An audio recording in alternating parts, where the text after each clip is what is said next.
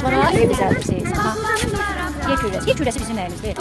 Bizim evimizdir, ailəmizdir. Quşlara nəyə görə Seycan ev düzəldirsən, ev tikirsən? Yem vermək üçün, soyuqdan, məsəl üçün donmamaq üçün, eləmi? Qalmamaqdan ötürü. Sonra heyvanları da biz nə düzəldirik? Bəzən evciklər düzəldirik. Çöldə qalan pişiklər üçün, evciklər mütləq düzəltməli. Çünki onlar soyuqda, qışda bilirsiniz də yem azalır. Heyvanlar neyinirlər? Qida tapmaqda çətinlik çəkirlər, eləmi uşaqlar? Ona görə də biz heyvanlara ev tikməliyik. Onlar üçün şərait qurmalıyıq. Afərin uşaqlar.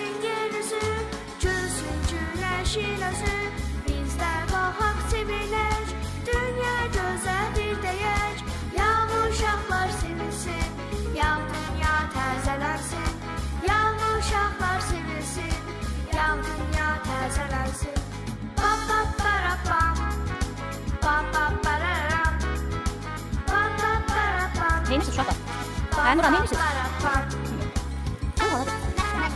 Məktəbimizin həyəti eləmi? Məktəbimizin həyəti həm də bizim evimizdir. Biz evimizi necə səliqəli, təmiz saxlayırıqsa, məktəbimizi də təmiz saxlamalıyıq, səliqəli saxlamalıyıq. Bax, ətraf mühitdə gördüyümüz hər bir şey, bitkilər, ağaclar, quşlar, hər bir şey nədir? Təbiətdir. Bizim təbiətdir. Biz təbiəti nə etməliyik? Qorumalıyıq. Biz nə etməliyik? Ağacları kəsməməliyik. Sonra nə etməliyik? Ağac quşları qorumalıyıq. Yeri, ətrafı çirkləndirməməliyik. Eləmi uşaqlar? Yaxşı. Həyətdə izləyək. Həyətdə gördüyünüz qablar, aparağın yeni zillər orada. Buyurun.